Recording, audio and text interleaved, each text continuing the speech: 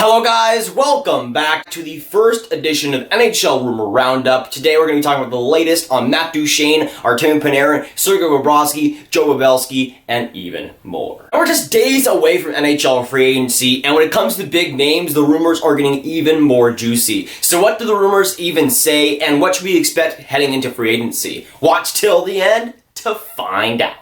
Now for the first rumor roundup, we're going to be talking about Sergei Bobrovsky, and he's very interesting heading into this free agency. It was pretty much a slam dunk pick that he'd be going to the Florida Panthers, though recent reports show that that's not the only team that he's considering going to right now. Sergei Bobrovsky, obviously being the best goaltender of the class by far, he's the guy that will get the most money, of course, and could get upwards of $10 million. The first team that was really linked towards him was the Florida Panthers, and that's the most likely bet. It's not a slam dunk anymore. Of course, there has been some teams that step up. When it comes to Sergei Bobrovsky, while the most likely destination is Florida, I wouldn't count out a lot of different NHL teams, including the New York Islanders. Now, while Sergei Bobrovsky has met up with the Florida Panthers, he also met up with the New York Islanders just recently, a team that has been very interesting in this free agency. They already got Jordan Eberle, they already got Brock Nelson all locked up in contracts, but they have Anders Lee and Leonard to sign, but they haven't done either yet. We haven't seen too much contract negotiations with either player, and it seems like the New York Islanders are really going hard on Artemi Panarin and Sergei Bobrovsky, most notably Sergei Bobrovsky, who just met up with them, I think, in the last couple of days. It's pretty insane that Lou Lamoriello would post his contract negotiations with his captain as #1 goaltender for a guy like Artemi Panarin and Sergei Bobrovsky, but that's just what's happening right now. The New York Islanders are meeting with both players, especially Sergei Bobrovsky, who I think was already met by them. When it comes to Sergei Bobrovsky, though, I still think the best bet for him to go to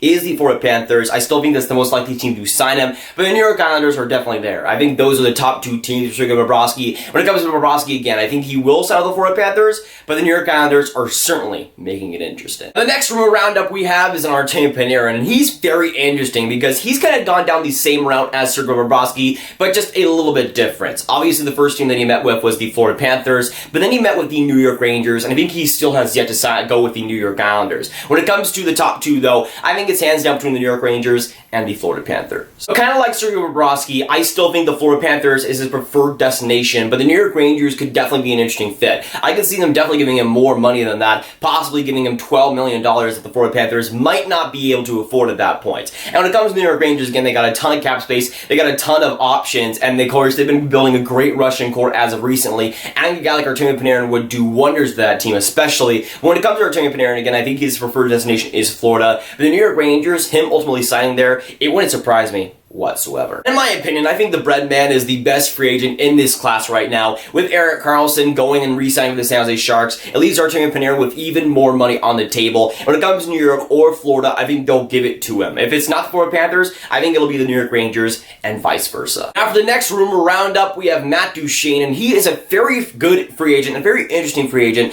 in this free agency. He's the type of guy that I think is down to two contending teams, serious contending teams, but I think there's a lot of teams outside of those top two teams that could swoop in and sign him in the last minute. When it comes to Matt Duchene, after the PK Subban trade, it was seeming like the Nashville Predators were slam dunk the only team that was going to sign him. It was pretty much 100% guarantee. But in the last couple of days, we've seen some reports of the Montreal Canadiens being also a pretty big front runner. Now, right now, it seems like the Nashville Predators are still the front runner for Matt Duchene, but right now, it is pretty close between the Nashville Predators and the Montreal Canadiens. Now, for context, Matt Duchene ended up meeting with the Nashville Predators first. Then, a couple of days later, he ended up meeting with the Montreal Canadiens. And that makes sense. Again, Matt Duchene is the type of guy I think Montreal kind of needs right now. A guy that can definitely lead that center core. And for Nashville, he would be that first line center, I think, on that team. While when it comes to Nashville, that center core isn't the best, even with Matt Duchene, it is an excellent add to have. And I think one of the reasons why they traded PK Subban was to go hard on Matt Duchene, or one of the many free agents in this class. But I think when it comes to what Nashville wants, it is definitely Matt Duchene. He's the guy they need right now, they want. And I think in the end, he will be a Nashville Predator, even though Montreal might make it very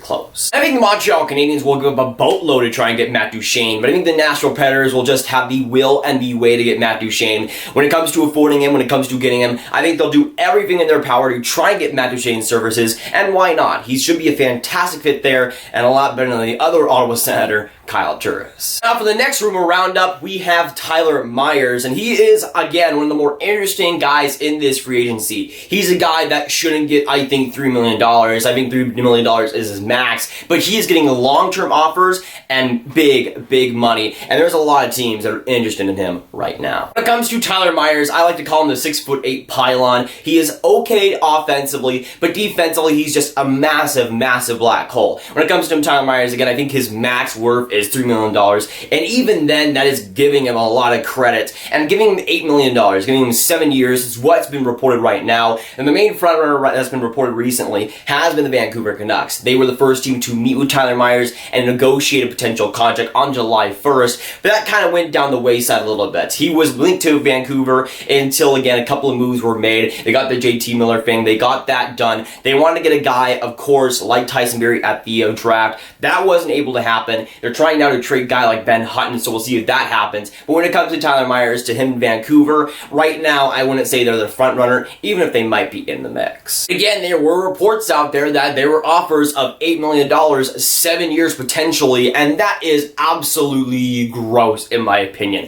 If a team ends up doing that, which they likely will, when it comes to Tyler Myers, he's probably the best hyped guy defensively in this class right now, and due to guys like Erik Karlsson being out of there, I think that leaves a lot more money open to him especially. He's a defenseman, as GMs like to call him, even though he really isn't. And when it comes to Tyler Myers, I think he'll get a boatload this season, and I see a team like the Minnesota Wild giving that money to him. After the next rumor roundup, we have the Matt Zuccarello situation, and as a Dallas Stars fan, some of you guys know they're my first favorite team. When it comes to the Matt Zuccarello situation, it kind of is disappointing, but I honestly kind of expected it. After weeks and weeks of speculation, it seems like Zook and the Dallas Stars have agreed to mutually part ways. It was reported that he would be exploring free agency and the Dallas Stars wouldn't be signing him, at least up to that point. And when it comes to the whole Matt Zuccarello situation, it seems like a situation the Dallas Stars do not want to involve themselves in. Again, if they do sign Matt Zuccarello, they will give a first-round pick over the New York Rangers, which I think is something the Dallas Stars do not want to do, especially in an amazing 2022 NHL draft, which is fair. Again, they do not want to give up that type of package, and again, if they did sign him, they would give up that first-round pick. When it comes to Matt Zuccarello, though, he's the type of guy I think will get a lot of interest in free agency, and I've already seen a couple of teams being rumored to go after him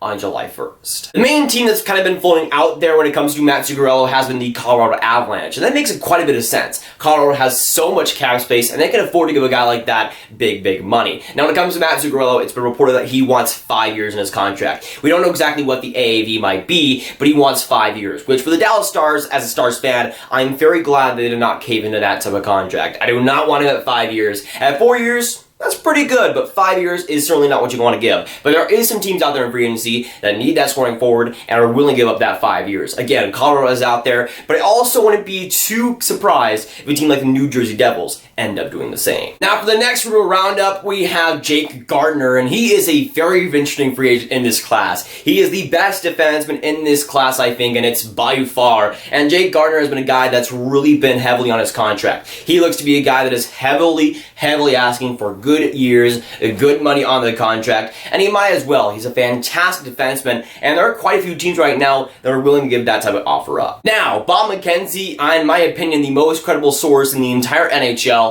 said that Jake Gardiner was asking for $7 million and a long-term contract. That's probably between 5 and 7 years. Right now, he's in his late 20s, so he'll probably go until he's like 36, 37 years of age, which is a big contract to give up, I'm going to be honest. But even then, when it comes to Jake Gardiner, again, he's a fantastic defenseman, and if you forget some of his defensive mistakes in Game 7 versus the Boston Bruins, he's a pretty solid defenseman. Now, since Jake Gardiner is asking for $7 million on the dot, it seems like the Toronto Maple Leafs are in no position to re-sign him at that point. I think if Jake Gardiner maybe asked for 5.5 or maybe 6, Toronto maybe could give up a contract offer like that, but at $7 million, just do not see that happening whatsoever. They just do not have the cap space to make that work, unless they trade Zaitsev, Kadri, and everybody else that has some cap on their contracts. But when it comes to Jake Gardiner, again, a team that can use an offensive piece, especially a top defenseman like Jake Gardiner, he's a very valuable piece, even if he might be slightly overpaid at 7.5 or 7 million. Now, there are 4 teams that I think are mainly in on Jake Gardiner. The first team being the Vancouver Canucks, which makes sense. Again, being on Tyler Myers, you also like to think they're in on Jake Gardiner as well. They want that top 2 defenseman, and Jake Gardiner can definitely be that. With Elias Pettersson and Brock Besser, that is an excellent duo right there. You also got a team like the Montreal Canadiens, who I think are a perfect fit for Jake Gardiner. A team that can definitely use an offense on the back end. Again, he's that right D guy, he's that left D guy, can also play very, very well. And when it comes to Jake Gardiner, again, that extra piece of Montreal will work quite well, especially on the power play. You also got a team like the Minnesota Wild, who have been heavily linked to Jake Gardiner for the last few weeks. They're a team that, again, is in on the defensive class, whether it's a guy like Tyler Myers or Jake Gardiner. I can definitely see that happening. And last team being the New Jersey Devils, who I think are a team that could desperately use free agents in this class, will go after free agents. They have a ton of cap space, and Jake Gardiner on that defense with PK Subban would be a treat to watch. Now, for the next rumor roundup, we have Joe Pavelski, and he is, again, another interesting free agent in this free agency. He's a guy that right now, the last couple of days, has had the most rumors surrounding him, and he's had a bunch of activity in the last couple of days. He's met with a bunch of different NHL teams, most notably the Dallas Stars and the Tampa Bay Lightning. Now, if you don't know, I'm a pretty huge fan of Joe Pavelski, USA born, gotta love those type of guys. And if you don't know, Dallas is my first favorite team, and Tampa Bay is my second favorite team. So having Joe Pavelski on either of those two teams would just be a godsend for me. Now, of course, he's been talking to other teams as well, but it seems like the Dallas Stars and the Tampa Bay Lightning are the front runners. Now, as a Tampa Bay Lightning fan, I have no idea how they can afford a guy like Joe Pavelski unless they're getting like $2 or $3 million.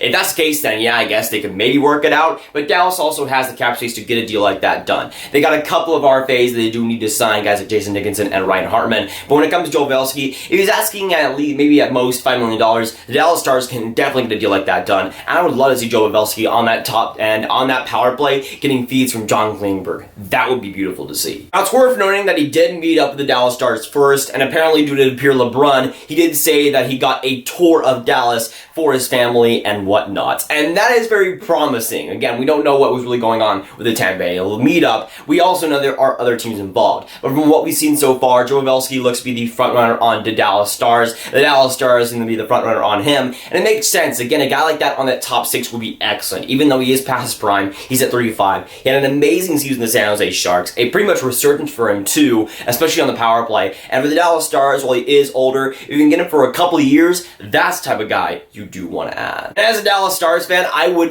totally sign up to that. If it's like 2 years, maybe 3 would be my max for sure, but if it's 2 years, maybe 4.5, $5 million, I would love that type of deal for them. Again, while Matt Zuccarello would be great to have back on Dallas, he was excellent for Dallas Stars. I think Joe Pavelski, if he can still skate at age 36 when that contract is over, if he can still play like he did in San Jose last year, I would love that type of deal, and I think it would be a great signing for the Dallas Stars or the Tampa Bay Lightning. But of course, free agency is right around the corner, and the NHL rumor mill is starting to finally get momentum. So of course, this is the first episode of the NHL Rumor Roundup. I want to call it something a little bit different, to get a little bit of a unique spin on the NHL rumors. So of course, if you enjoyed this episode and want to see more, comment down below, and of course, leave a like if you haven't already. But of course, with this NHL Rumor Roundup, I need to hear your guys' thoughts down in the comments down below. So let me know what you think about today's NHL Rumor Roundup. What do you think about guys like Artemi, Panarin, Sergei, Bobrovsky, Duchene, Joe Pavelski, and more? Where do you think these guys will go, and how much do you think they'll sign for? But if you guys want some more Grav videos just like this one, you can click on this card right here to watch my 2019 NHL Draft Round 1 recap.